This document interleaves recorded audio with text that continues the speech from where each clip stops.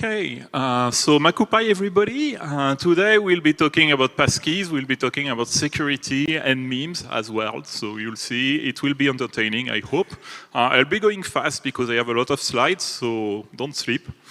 So first, you might be wondering what you are doing in this room. Why are we talking about identity and access management protocol? FIDO means fast identity online, so why are we here? It looks very complex.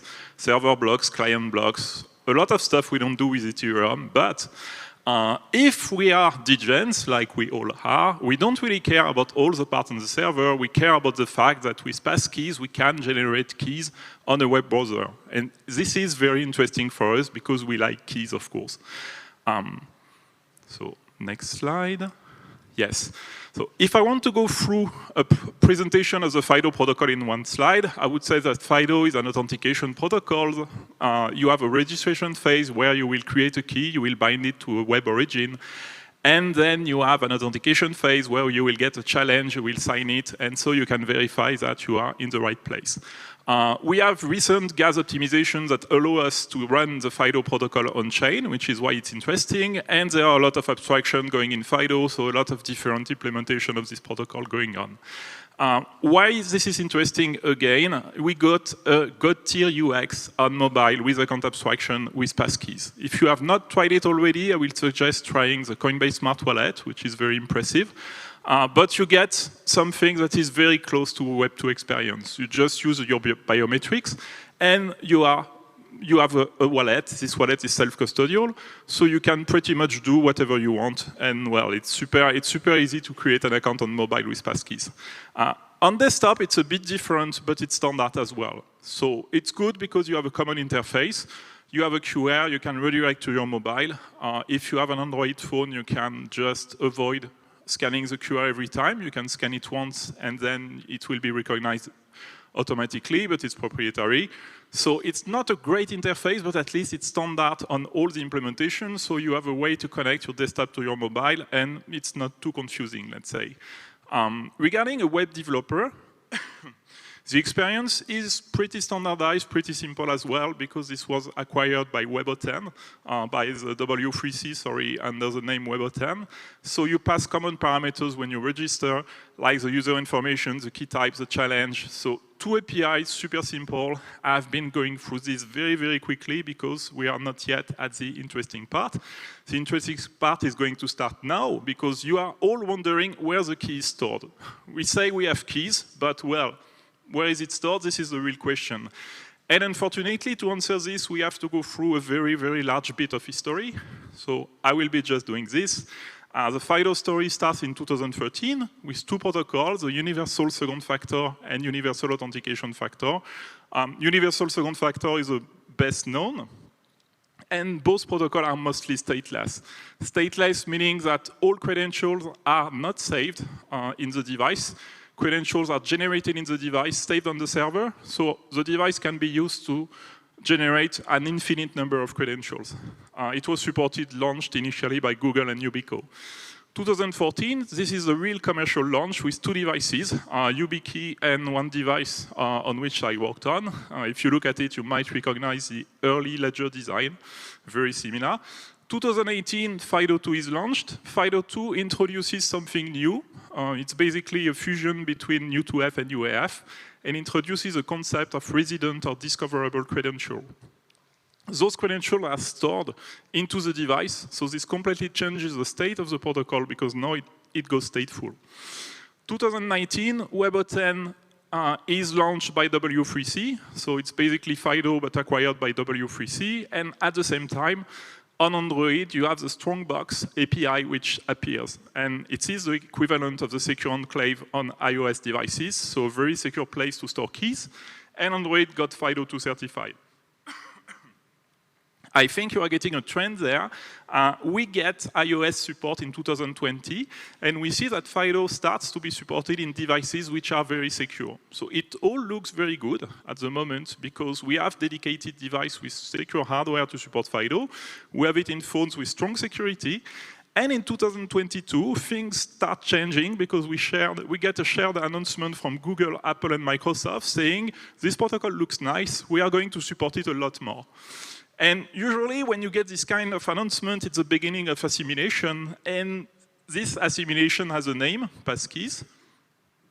So, well, first thing we can say, in 2023, it starts with the introduction of syncable credentials, so credentials that can be synced to different devices, either with a proprietary scheme or a password manager.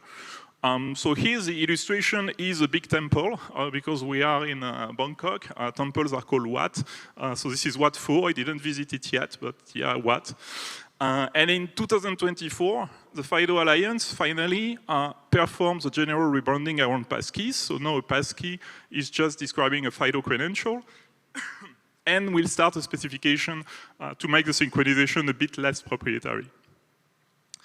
So we might ask ourselves, what is a syncable credential? Because if we search for this in the documentation, we won't find any reference to it.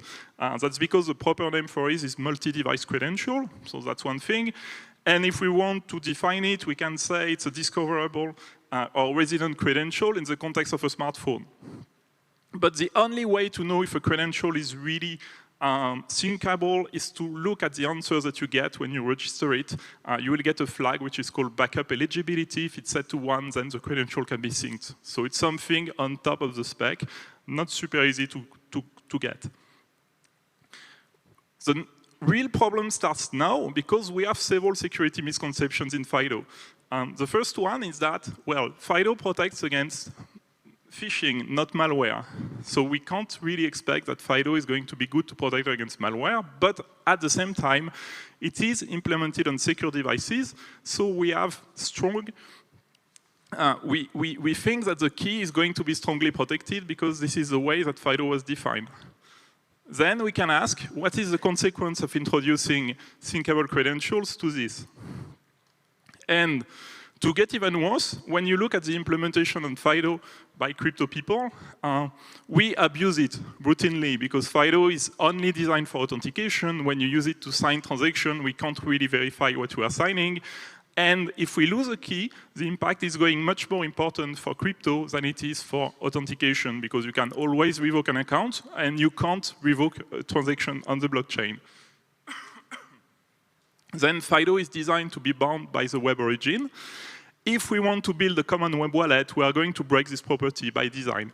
So we have to hack around it, but it's a hack around the specification. And just to say that we have been abusing this protocol for a long time, I'm not especially proud of it, but just mentioning it. I used U2F to communicate between Ledger and MetaMask, and my Ether wallet in 2016 because there was no way to communicate because between a browser and a USB device. So it was used as a tunnel at that time. Short break, maybe why secure hardware is important. Secure hardware is important because it will protect the key against malware. Any hardware does that, but secure hardware is supposed to do it better. Then it will protect the key against physical attacks. Physical attacks are the last line of defense. When an attacker has access to a device, you always think that your key is lost. Secure hardware is supposed to protect you against this.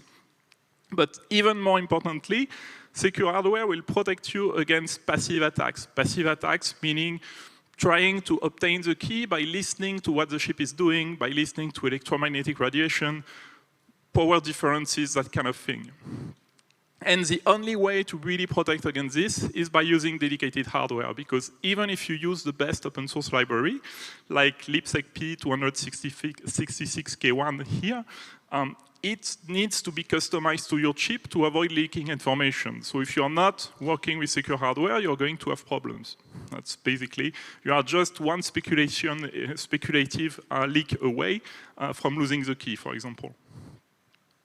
So what is FIDO security model for non-syncable credentials? They cannot be extracted by malware. This is very important. The authentication is always done at the enclave level. The enclave is basically in charge. It's holding the key, it's doing the authentication. If you want to do something with the enclave, you have to authenticate. This cannot be bypassed. So the malware cannot, a very strong malware that managed to modify the kernel of the device can fool you into signing something, but it would have to do it every time and it can't do anything else. Now let's think about some hypotheses for the synchronization. The first one will be the good hypothesis. In that case, we imagine that there is a hardware security module sitting at Google and Apple, and this hardware security module is doing a synchronization protocol between two enclaves. In that case, the security model doesn't change, the credential is never exposed, everything is good, or at least it doesn't change. Now the bad synchronization hypothesis. In that case, the key is still owned by the enclave, but you have a way to put it into the application processor to start the synchronization mechanism.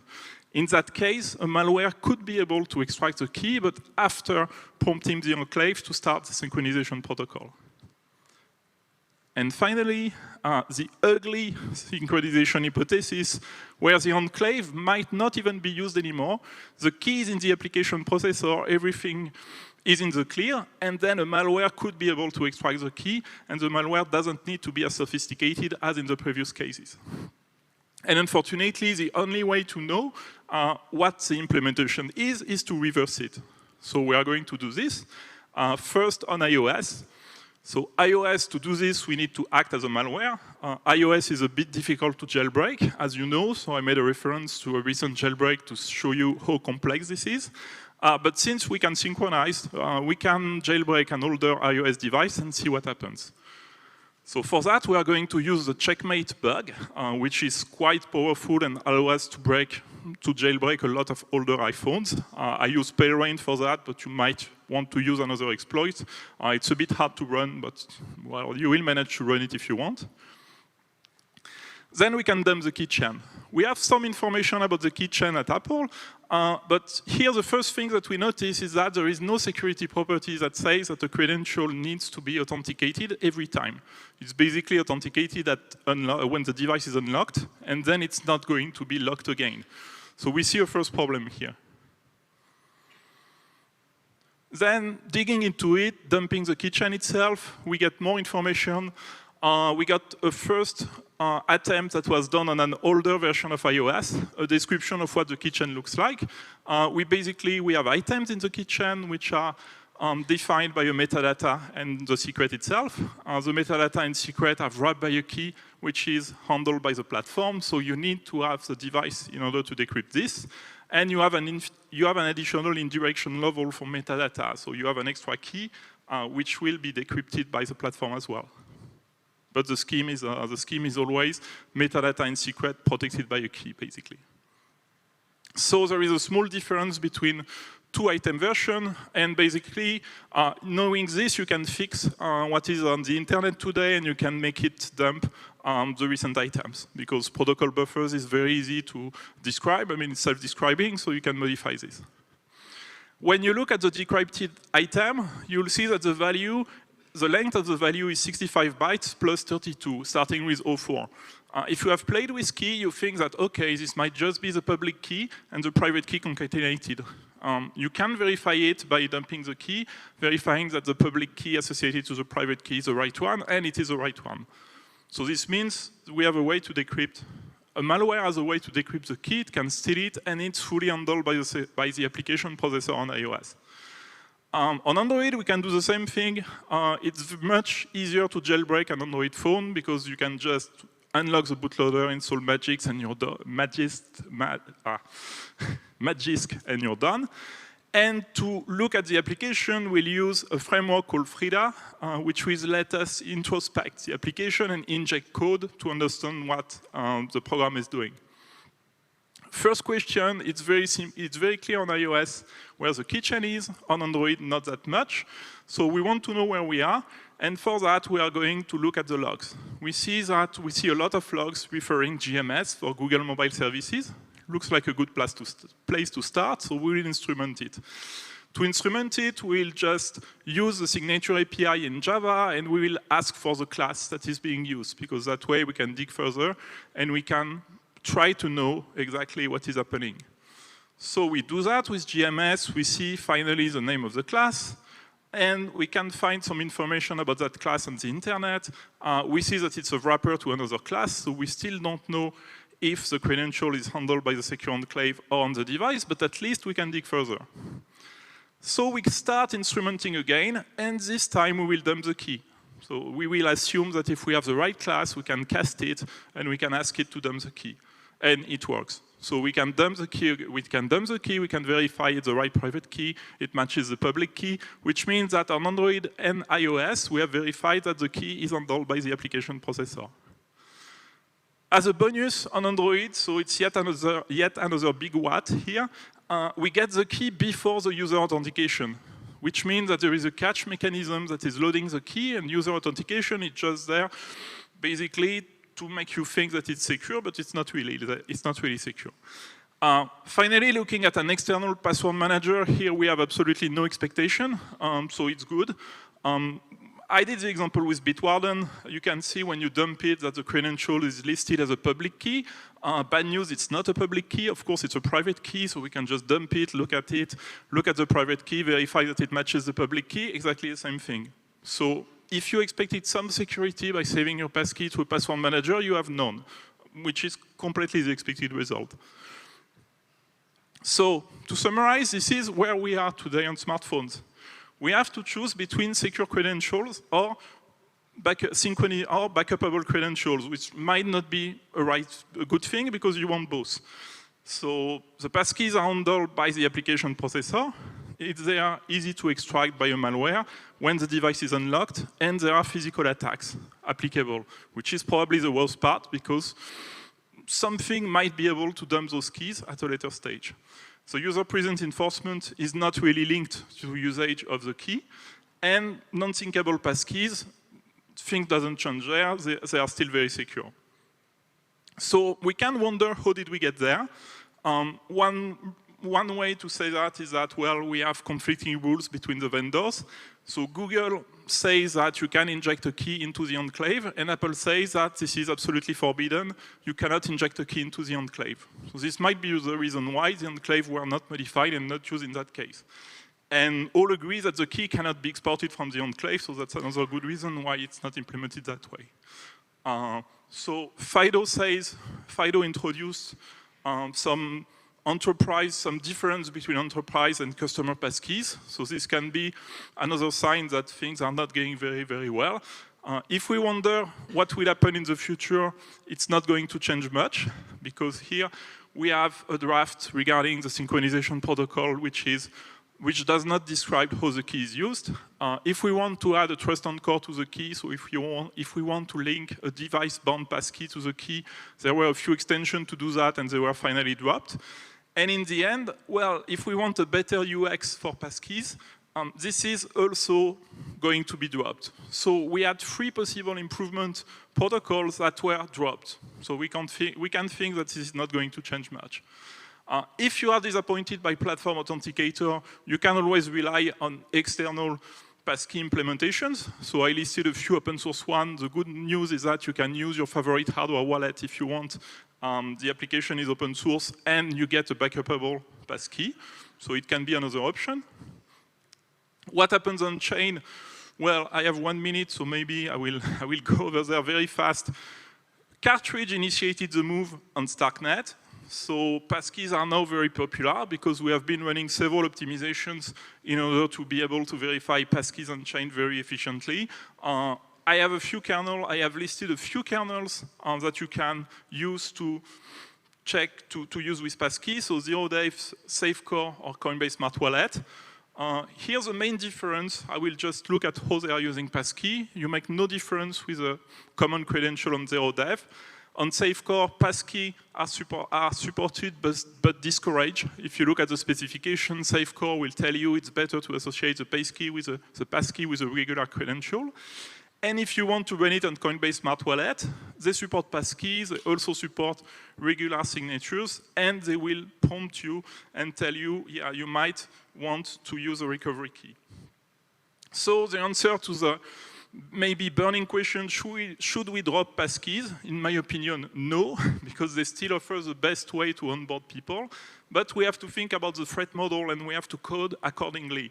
And one thing we can do, since we have smart contracts, we can associate less privilege to passkeys that are syncable. Because since we know that syncable passkeys are way less secure than passkeys that are handled by the device. We can use them with quotas. We can use them, for example, for less money, for less amount of assets, and then we have something that is acceptable. But the most important thing is to know the threat and act accordingly. We are finished, so I will just let you with one last meme for the road. This is the difference between 2014 and 2024. We get rid of password by storing key in password managers. Might not be the best idea. I will let you decide. You can reach me on Twitter, and there will be code on GitHub to describe all this so that you can run it on your own device and you can know if at some point the implementation gets better and, well, the less ugly solution for the synchronization is being picked. Thank you. All right, thank you so much, Nicolas. That was very entertaining as well to see some memes on the slides. I really enjoyed that. We do have a couple of questions for you. I hope you don't mind answering them. Of course not. So the first question is Bitwarden not safe generally or just for managing passkeys? So Bitwarden is safe for a password manager, but you don't expect the same security to handle password and to handle keys. So that's why I think it's important to store keys in hardware, because if you consider that a key is a password, you lose a lot of security. So Bitwarden is reasonably safe for a password manager, but of course you can extract anything you want from it because this is the way they work. All right. There's one that's not a question, but thank you for making that big whack pun. It was brilliant. Yeah, thank you. Thank you. Next is, do you think intentional security lowering of the standard could be a dual, I don't like. Oh yeah. I see the reference. So thanks for making it. No, I think it is. Sorry, I got the direction wrong. Sorry. So no, I don't think it is. I don't think it was pushed by the government. I think it was really a choice to make the UX easier and to make it, well, easier again to not lose private keys. So definitely ease of use was the driver for that, in my opinion. All right. And next question is, what do you think of spending limits, permission management?